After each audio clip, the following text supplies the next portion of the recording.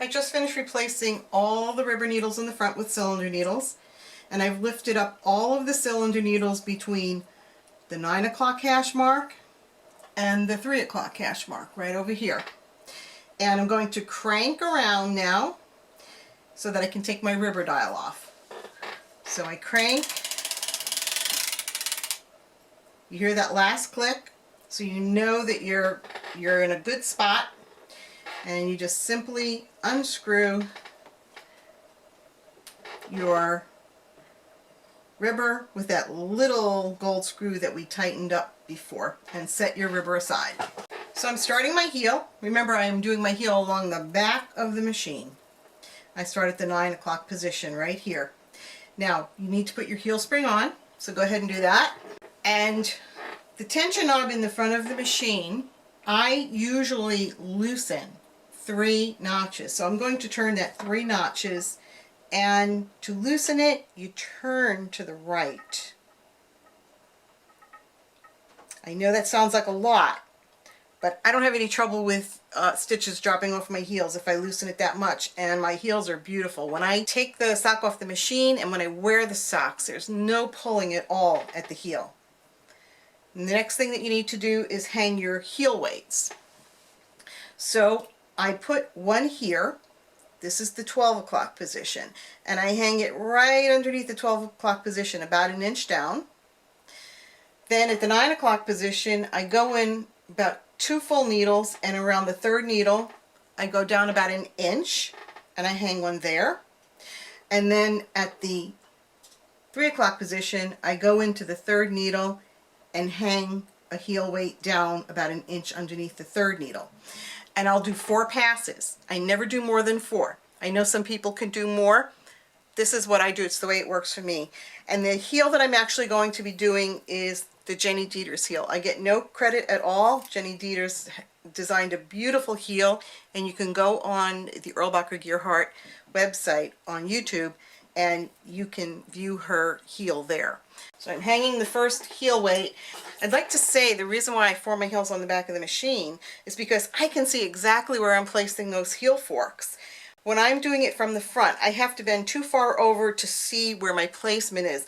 But when you do them on the back, you're looking straight on at them and you can see exactly where you're putting that fork. And I also find that it's much easier to see what's going on with these stitches here. You know, if they're rising up too high, you can see that very clearly when you're looking straight on it. Okay, I'm about to start the heel. We're looking right down into the cylinder. This is the back of the machine. This is the front of the machine where I have all the needles raised up. I've loosened my tension 3 notches. My heel spring is on. My yellow weights are adjusted, and remember now my yellow weights are hanging towards the front of the sock, and my heel forks are in, and they are hanging towards the back of the sock, giving me really great tension all around.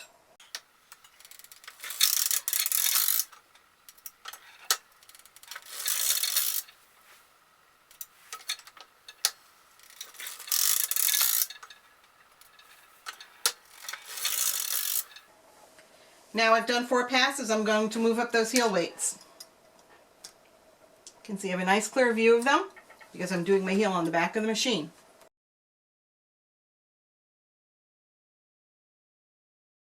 My last decrease is right before the hash mark. And I make sure that I put my heel forks up as high as they can go, and that's where they're going to stay now. They're not going to move anymore.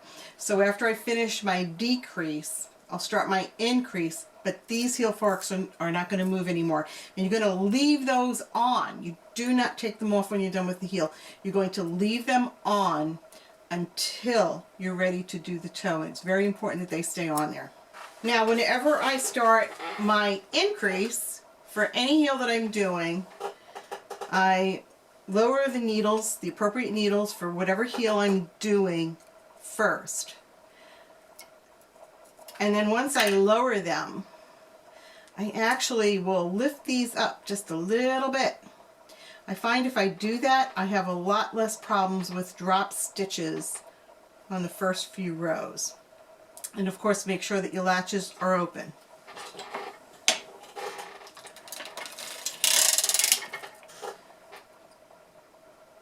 And I'll do this for, I don't know, maybe 3 or 4 passes until I'm confident that the stitches are not going to drop off.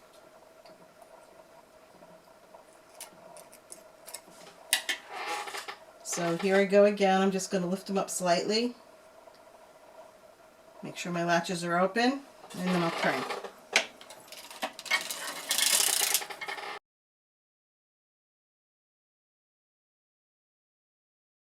I'm about to make the last pass on the heel. I finished my increases, and I need to get the ribber dial back on. So what I'm going to do is crank to the back. I'm going to stop right there. I'm going to drop these needles down. Right now I'm not worrying about the latches. I'm just dropping them down, because what I want to do is get my ribber dial back on. So put your ribber back down in here, making sure that the fin hits against the cylinder pin. Get it down just like we did the first time. Tighten it up. And it's okay to take off your heel spring now. And the other really important thing, 2 really important things, is you want to put your tension back to where you had it when you were doing the leg. So now I'm going to tighten 3 notches instead of loosening 3 notches. And the other thing you want to remember is don't move your heel forks. Leave them where they are. Now I'm replacing the ribbers with the cylinder needles that I put in there temporarily, so I need to go in 1, 2, 3. So that would be the slot right above the 3rd cylinder. And then I kind of lift both of them up so that I can get one out, the appropriate one out. And then I slide the ribber forward and I put the stitch on it. Okay, and make sure that your latch is open. You want the latches open. And then because I just push those cylinder needles down, I'll lift them up just to make sure that the latches are open. Go ahead and replace all of your ribber needles now so that you can continue cranking your foot. Remember, heel spring off. Adjust your tension knob back to where it was before you did your heel. If you need to adjust your yellow weights, that's okay, you can adjust those, but do not touch your heel weights. Now I've replaced all of the ribber needles in the front. So now I will crank the 55 rows of my foot. I'm doing a lady sock. I like to do 55 rows on a lady sock. So I'm just going to go ahead and crank that. I'll set my counter to 0. When I get to about 53 rows, I will stop and show you what to do at that point before you begin your toe. Now I'm about to complete the 53rd row of my foot, and what I'm going to do now is once again exchange these ribber needles for cylinder needles so that I can prepare to do my toe, and then I'll crank around 2 more times until my counter reaches 55, and then I will start the toe. So go ahead, put in your cylinder needles and slide out the ribber needles just as we did before. As you replace those ribbers with your cylinder needles, lift them up a little bit so that you know that the latches are open, and when you crank around you won't miss a stitch. I've now completed replacing my ribber needles, and I'm all set to take the ribber off, so I just unscrew and lift it off. And now I'm going to crank a few more rows until I'm about to trip my counter to the 55th row. So I'll go ahead and do that. And I'm coming up on the 55th row, so now I'm going to lift all of the cylinder needles on the front side of the machine so that I can form my toe on the back of the machine. You're going to form your toe exactly the way you formed your heel. You're going to take off the heel forks, and you're going to take off your yellow weights, and you're going to move the buckle so that it's above the heel. It'll actually be on the foot portion of the sock above the heel with the yellow weights still hanging towards the front. Remember when you form your toe to put your heel spring on and adjust your tension knob the same amount that you did for the heel.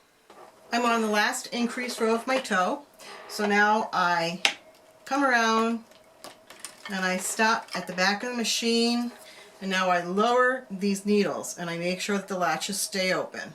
So at this point my heel spring is still on. I come around to where I started my toe, and I take my heel spring off, but I leave my tension knob where it is. I'm not going to change my tension. I like my stitches to be a little bit on the looser side because it makes the Kitchenerring easier.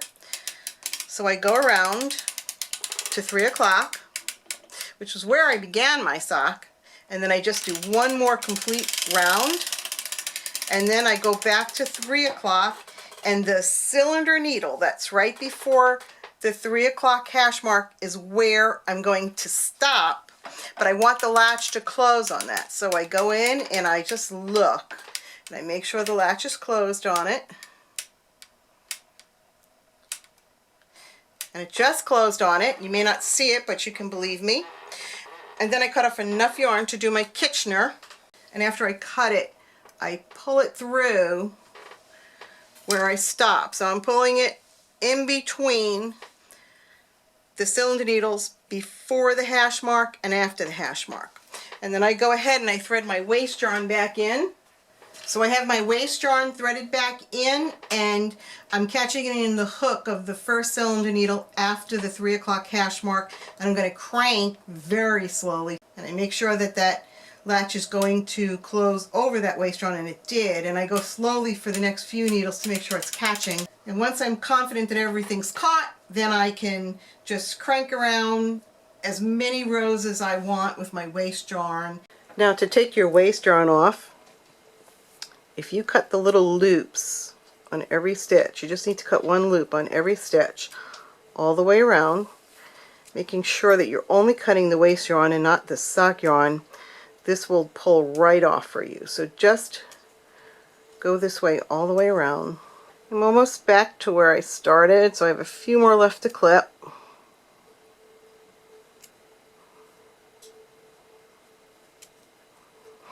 And now I can just pull, and they come right off. The waist yarn comes right off.